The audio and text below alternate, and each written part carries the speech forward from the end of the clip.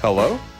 Your Health is Calling, where holistic health meets practical solutions for your well being. With your host, speaker, New York Times bestselling author, Sue Kostyk, a seasoned holistic health practitioner and longevity coach. Join Sue each week to embark on a journey to uncover the root causes of your health concerns. Through a personalized approach, learn how to decode the messages your body is sending and craft natural protocols to address them. Call in live at 888-994-4995 Studio A.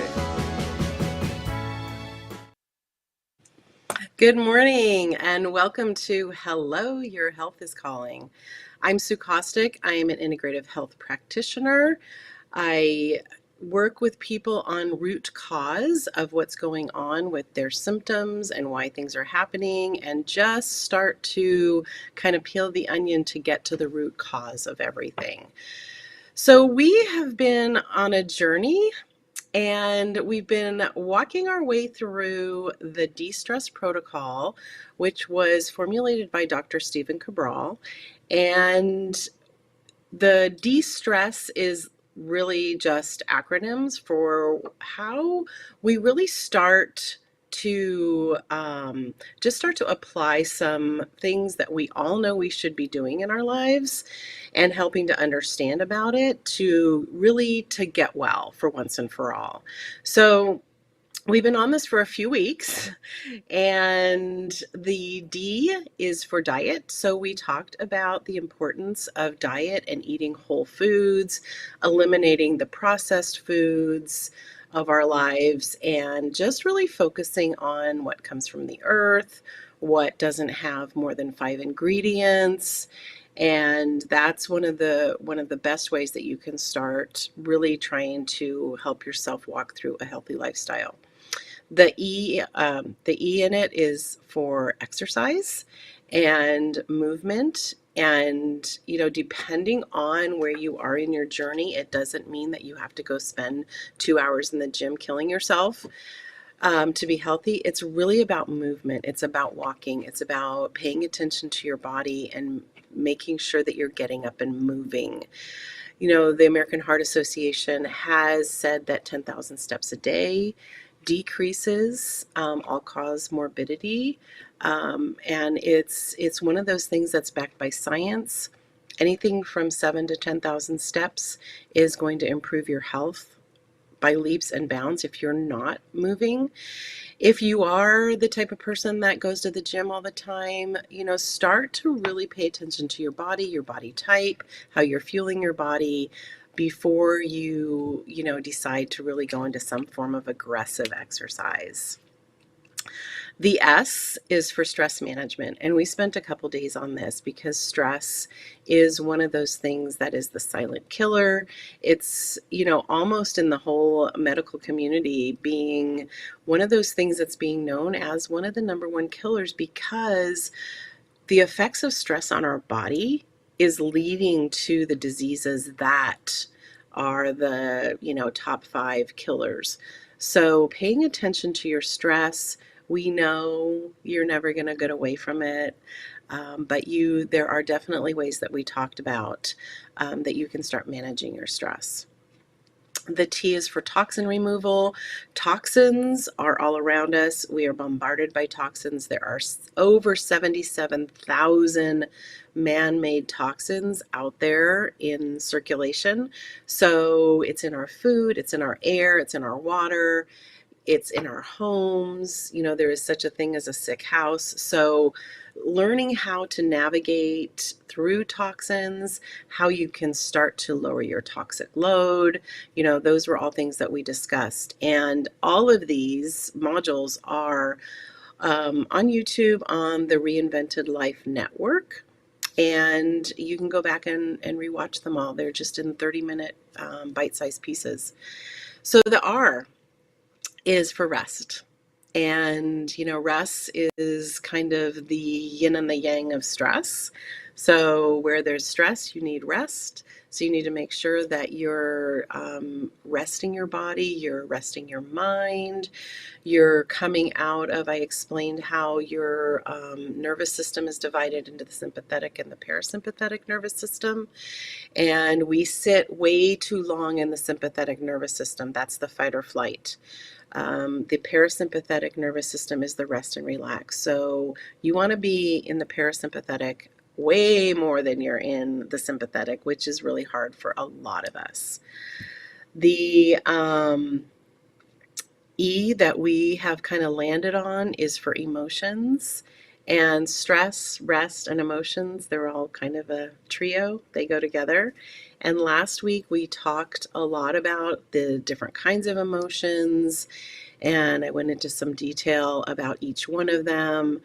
And this week we are going to do just a real quick review, but I'm going to further delve into emotions, how not managing your emotions really affects your overall health and wellness, and what we can actually do. So we're going to take a break and we're going to come back and just dive into that for the rest of the show. So we'll be back. Hello? Your health is calling. Feeling bloated, low on energy, dealing with hormone imbalances? Integrative health coach Sue Kostyk is here to assist you. Reach out to Sue for practical health solutions guided by her professional training as a holistic coach. Sue specializes in identifying the underlying causes of health issues and restoring balance. Don't let your health concerns impact your well-being. Contact Sue Kostyk today at 917-362-5176 or via email at sue@symmetryhealthandwellness.com and take the first step towards a healthier, happier you. Okay, so we are going to dive into part 2 of emotions. And we identified last week 9 toxic emotions. And these are the ones that are the most common. They are the ones that probably will affect our health the most. There's a slide that we can put up so we can talk about them. So the first one is bitterness. We talked about how bitterness, it's kind of like drinking poison and hoping the other person's going to die. I'm sure everybody's heard that. You don't want to sit in that. You don't want to sit in resentment. We talked about disappointment and how, disappointment is actually a sign that you're trying something. So it's actually kind of a good emotion to have, and you can be disappointed. And, all these emotions are meant to be felt, but they're not meant to sit in and live in them. So feel them, then walk away. Guilt is another one that we like to sit in a lot, especially us moms. It's the mother's guilt, but we've got to learn to give ourselves grace, and we've got to learn to give other people grace as well. Shame, a lot of these emotions kind of lead one into the other, and I think that you can see how they do that. Bitterness leads to resentment. Resentment leads to anger. Anger is one of those emotions that is a very beneficial emotion because it does help you to create boundaries, and it shows you kind of what you're passionate about too. But all of these, if you sit in them too long, you start to feel that anxiety and you start to feel that sadness.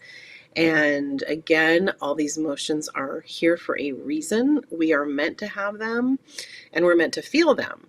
But understanding your emotions is really just as important as understanding any of these other parts of the de-stress protocol. All of these elements, when you manage them and start to understand them, it really leads to wellness. And this is one of the things that I do bring my clients through in my practice, is we do start talking about this de-stress protocol and how we can navigate through it, just so that at the end of our time together that you are feeling really well and healthy. So the next thing we're going to talk about, and we have to get a little sciencey here, because to understand our emotions, we understand the brain, And there's a part of the brain called the reticular activating system. And this system is kind of in the lower part of your brain. It's the part of your brain that it actually controls your sleep, your waking, and your attention. It's the part that takes the millions or the billions thoughts and things that you have going through the day, and it screens it out. It screens out the junk that you have determined through your dominant thoughts. So it kind of screens out everything that it doesn't think it needs. It helps you to focus on what you really, really value. It helps you to focus on your goals, because your dominant thoughts are what your mind starts to seek. And, and it's also very useful for perceiving threat, because if your brain has, if this system has screened out all of the junk, then all of a sudden, if you decide that you're going to change up something, you're going to start a new hobby, you're going to start just doing something differently, it could perceive it as a threat. And I've said it in other programs that, our mind is really super smart. And the only purpose our body has is to survive. So if your brain perceives a threat, and it could be something that is definitely a threat, like you're walking out in the middle of the street and there's a car coming to hit you, that is a definite threat. But if you're trying to think a different way, trying to pursue a different goal, your mind is going to all of a sudden start doing the over under on, can I do this? Am I equipped? Is this going to hurt? Is it going to cause me discomfort? So this reticular activating system is, it's just understanding that you actually have this is very helpful in changing habits. So you have heard that about dominant thoughts. So imagine, and this may have happened to you, you go and you buy a new car, and you've looked at all sorts of different models, colors, and you settle on one. You buy the car, and now in the days after you buy it, you see all of those same cars, maybe even the same color that you've just purchased, because this is a new dominant thought. So it's not that all of a sudden people are just driving this particular car or the particular color. It's because it's been put into your brain as a dominant thought. And so you're going to now all of a sudden see it. And then a few months later, you're going to be so used to seeing those makes and models and colors, it's just a normal thing, and you're not going to go, oh, I'm starting to see this car all the time. So that's just an example of how this system works. And, the adage is true. You get more of what you think about. So that just is another, thought to go along with how you're thinking. Your emotions play such a big part in your overall health and wellness, that understanding how you can actually change your mind is going to be one of the most beneficial things you can do on your journey to wellness or on your journey to better health. I had a boot camp instructor one time. There was a movement that she had us do, and everybody hated it. And we would just all groan when she would bring this up. And her comment always was, just change your mind. And it sounds so simple and so ridiculous, but it's true. If you start thinking differently about something, then it does change. So how do we change our emotions? There are a few ways, and we're going to move on. So one of the things that you can do is through awareness. So start listening to what your emotions are saying to you. What is that loop? We all have those mind loops that it doesn't matter what we're doing, they just start to play. And again, it could be your brain calculating the level of pain or discomfort It could be something from your childhood that was spoken into you. You know, the accumulated data that we have in our brain is literally how we respond to situations. And so many times it's meant to protect you. Um, but again, changing a habit, starting an exercise program, starting a gut healing program, all these things are meant for good, but your brain is stuck in the loop that, oh, I failed every diet so far, this one's not going to work. Or I don't want to be sore because the last time I worked out, I could barely walk the next day. You know, being aware of what things are being said in that loop is the first step, because that's the part of your mind that you can change. So once you become super aware of how your brain is talking to you, you know, when you're under stress, the next thing we're going to do is learn how to breathe. We're going to learn how to, you know, breathe so that you can relax. It's the next step into this, how to change your emotions. And breath work is, you know, a lot of people think it's really woo-woo. And, but breathing literally is the source of life, obviously. You know, you can't live if you can't breathe. So learning breath work, and especially if you tend to be in really stressful situations, if you have a stressful job, a stressful relationship, you know you're going to have to, you know, confront somebody about something. Breath work diffuses that fight or flight response. Taking in that oxygen is what's actually going to force your mind. It forces your mind to focus on something other than what you are going to do. So by bringing oxygen in your body, it's literally like taking a supplement, you know. There's actually nothing better in this world than you can do than to take deep breaths. So breathing and relaxing, you know, if you are a highly emotional person, learning how to breathe through things is going to really help you. And later on, we're going to really talk more about cortisol and, you know, how that's going to affect your chemical imbalances, because when you are a very high emotional person, it's highly likely that your body is overworking in that sympathetic nervous system.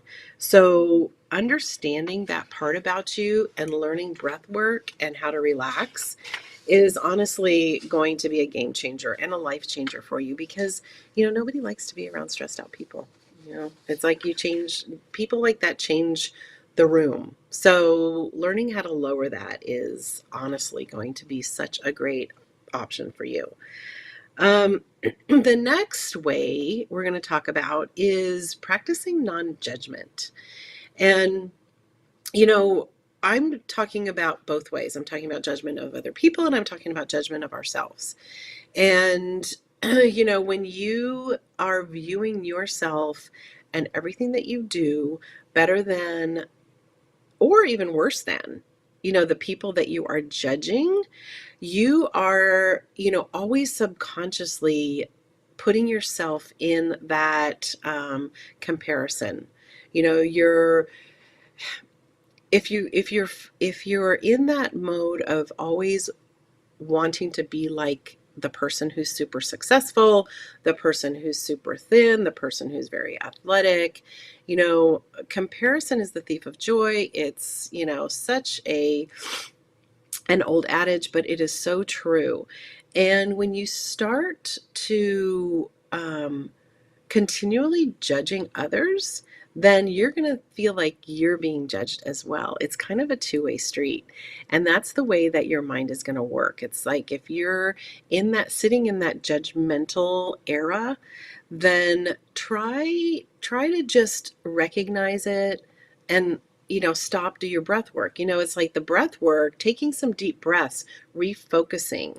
You know, it's again having your mind focus on two different things that is going to take you out of that judgment, out of that bad part of your nervous system, and just help you to relax. You know, we are all created very, very differently. And that's one of the reasons why I love integrative health, because it focuses on the bio-individuality of every human being. You know, there's no two people alike, there's no two biologies alike. So, you know, you are unique and you have so many unique things to bring to the table. And if you're constantly judging yourself against others, then you're never gonna really give your gift to the world. You know, you're going to be stuck in trying to be somebody else, and that's not how you were created, and that's not what you're meant for. So that is a really good way, is to start to practice non-judgment. The next one is understanding your stress. And, you know, we did a whole couple of weeks on stress management and the effects of stress. You know, stress is one of those things that is an emotion that you need. I mean, stress is good. It helps you to understand danger. It helps you to be motivated. But you don't want to sit in that constant, overwhelming feeling of stress. You want to feel it. You need to understand why you have the emotion, and then you need to let it pass as quickly as you can. You know, stress is really a perceived thing. It's not something tangible that happens to you. And I'm not talking about oxidative stress. For those of you who know about that, oxidative stress is something that happens in your body, and that is a tangible thing.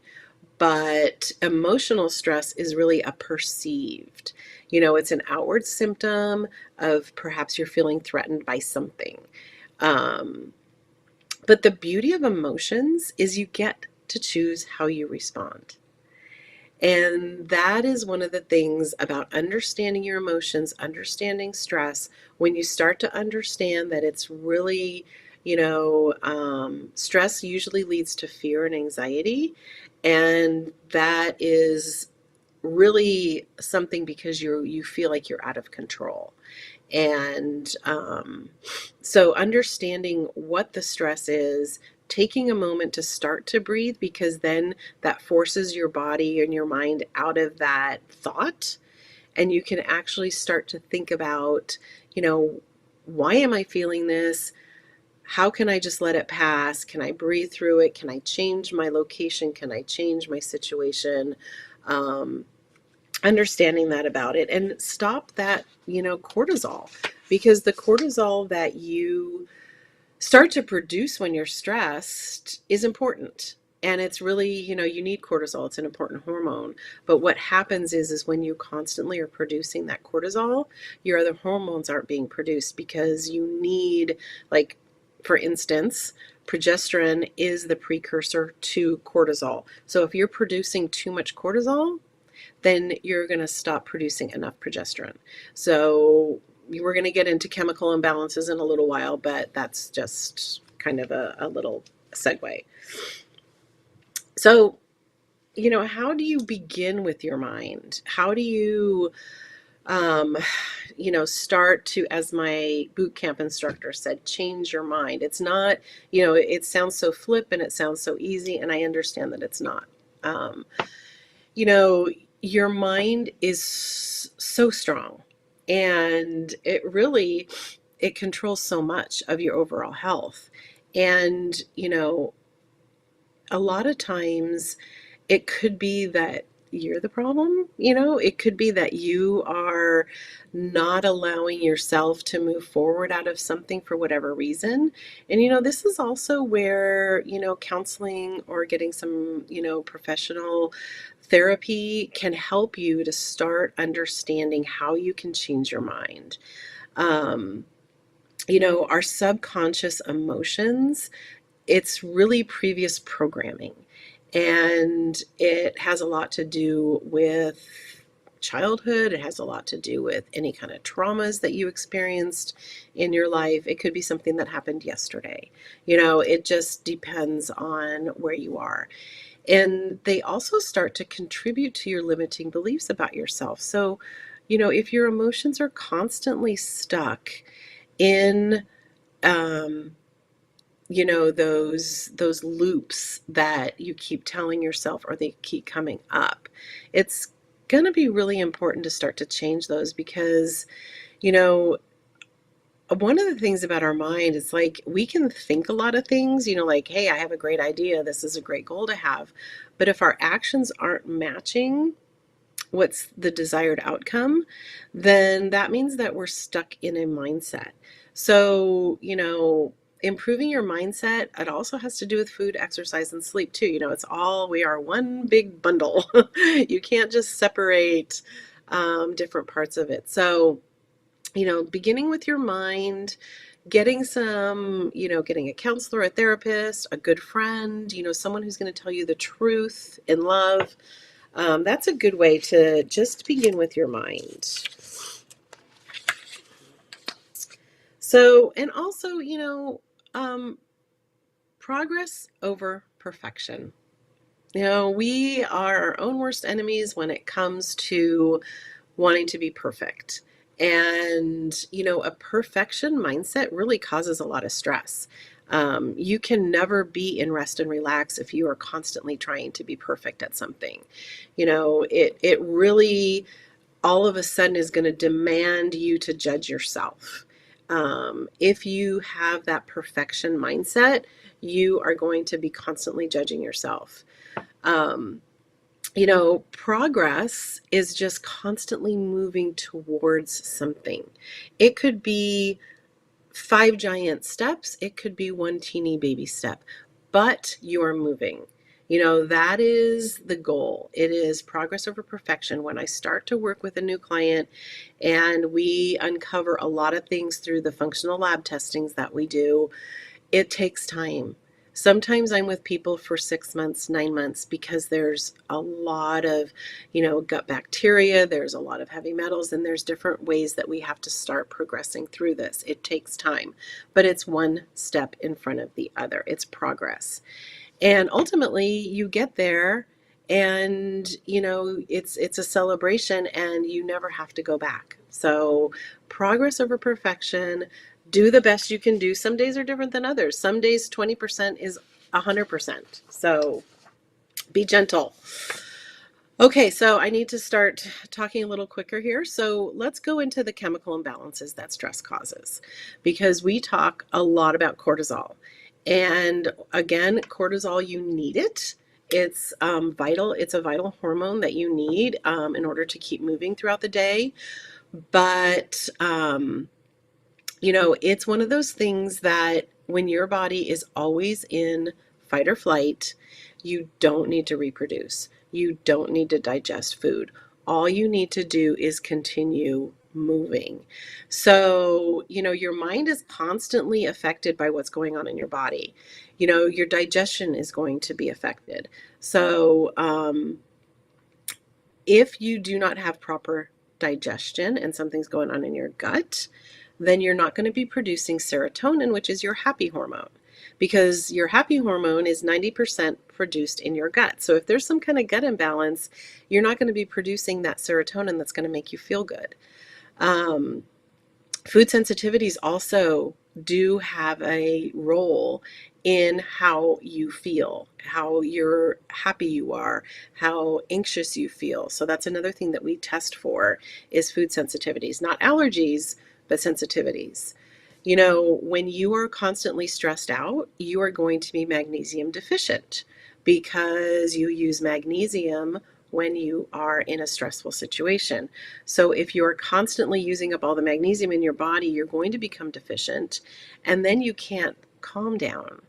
So your mind can't calm down, your body can't calm down, your blood sugar can't regulate. So this is why this is such an important. We are mind, body, and spirit, and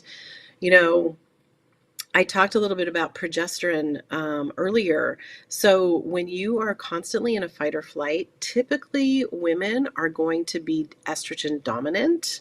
And that's when you start talking, you're hearing all over the internet right now about cortisol belly and how this magic drink is going to lower your cortisol and make that belly fat go away. not really a truth, but what's happening is as I said, progesterone is the precursor, helps you produce cortisol. So if you are constantly producing cortisol, then you're going to not have as much progesterone. So that estrogen progesterone balance is really out of whack. So that's why women tend to get very irritable, no sleep, and all this when they're just in too high of a stress situation. Um, so the good news, there are things you can do. We did talk about changing the mind. So let's talk about some herbs and plants that are really beneficial to helping your stress levels and helping your emotional state. So ashwagandha, which is a big one, I'm sure many of you have heard of that, passion flower, lemon balm, chamomile. One of the things I suggest is chamomile tea before you go to bed. Super calming. Rhodiola is one of those things that gives you energy. Valerian root, kava kava, maca. CBD is extremely beneficial with little to no THC. You want that calming effect. We have cannabinoid receptors in our bodies. They're connected to our nerves. It helps us to calm down. So a good quality CBD is going to be great. You know, these are all natural sedatives. You don't need to go out and buy ZQuil. You don't need to, get anything over the counter that is supposed to help calm your nerves. If you can regulate your high cortisol and stress, these things are called adaptogens. They help your body adapt to the stress. So there's also neurotransmitters and hormones and vitamins that you can take. And again, these do require a functional lab test to determine. Email me at support@helloyourhealthiscalling so we can get the right lab test out to you so you can start to understand where your deficiencies or where your excesses are. So GABA is the best anti-anxiety neurotransmitter on the planet. When you mix that with L-theanine and with some melatonin, if you have problems with sleeping, super beneficial. The 5-HTP is going to be your serotonin, helping you to produce more serotonin. Now, if you are taking an SSRI, you don't want to do this, but again, always consult a physician or a practitioner such as myself before you start using any of these things. L-triosine is really good for energy and focus, all of your B vitamins, vitamin C. Now, methylated vitamins like methyl B12 and methylfolate, I'm just going to briefly talk about this. There is a genetic issue that many people have that it's called the MTHFR. And you are not able to absorb certain vitamins, such as the B vitamins and such as folate. So you want to get a methylated version. That's why I put methyl on there. So let's go on to minerals. The minerals that are super important to your stress responses and how to manage the effects of the stress are going to be your calcium, magnesium, sodium, potassium. Those four is what we test on our hair tissue mineral analysis test, and it tells me how you respond to stress and how much stress you're on based on the levels of these four electrolytes. I do recommend adding electrolytes to your water. I do not recommend Gatorade or any of those things that you find in the grocery store. If you want to start slow with an electrolyte, glass of water, squeeze of lemon or lime, and a pinch of good quality pink salt, sea salt. That's going to be a really good electrolyte drink. There are other brands out there. I have them on my website. So electrolytes, especially if you are under stress a lot, are going to be super important to you. Now, your other minerals, iodine, chromium, selenium, and zinc, those are going to also be wasted through your hair or through your sweat or urine when you are under stress. So understanding those levels, for women, iodine and selenium, well, men too, is super important to your thyroid function.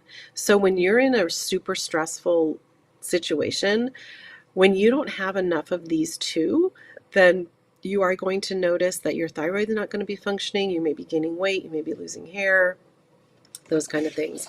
And those are all, everything that we've talked about can be found out with functional lab testing. They are super simple. They are sent to your home, and then it's either a fingerprint, prick, urine, spit, and you send it to the lab, and it's really easy. You just do it in the privacy of your home. So really, to wrap it up, emotions, they really hold the key to lasting results.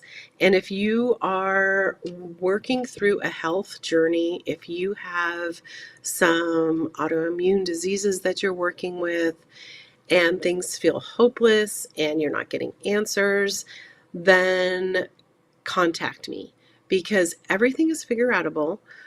Lab work does not lie, and we dig deep. We dig super, super deep, much deeper than conventional lab tests do, because there are certain parts of, your blood that we want to also test. And, it's like, don't focus on the things that aren't happening, or the things that you don't want. Start to focus on what good is now. Focus on the gratitude. You can always find something to be grateful for, and not to focus on what you don't want. Focus on what you do want. Do you want good health? Do you want better health? What does that look like? The key to becoming fully well is really improving all aspects. Your mental health, your physical health. One does not come without the other. So that's why integrative health is such a great way to go, is so you can focus on the whole being. We're not just going to say, oh, you have this symptom, here, take this so you can get rid of the symptom, or it's actually putting a Band-Aid on the symptom. It's really not removing what's causing that symptom. So this was kind of a heavy one. Next week, we're going to talk about supplementation, because supplementation is super important. And I'm actually going to have some fun ways that you can start to look at labels and really start to discern what's good and what's not good. So until then, thank you for joining. Remember, your health is calling. It's always talking to you. Listen.